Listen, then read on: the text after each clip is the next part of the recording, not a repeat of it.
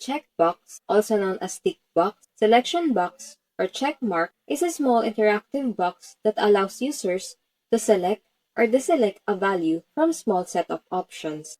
We'll show you an easy way to add a clickable checkbox using developer mode in Microsoft Word.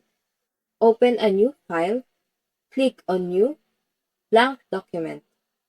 Click on File in the menu bar, and then Options. In the left side panel, click on the Customize ribbon, and then Main tabs in the Customize the ribbon drop-down menu. Check Developer in the Main tabs pane, click on OK. In the upper right part of the window, click on Developer. Position the cursor where you'd like to insert the checkbox. In the menu bar at the top of the window, click on Checkbox. Add additional checkboxes and text as needed. Lock the form by selecting the entire list, then click on Group and Group.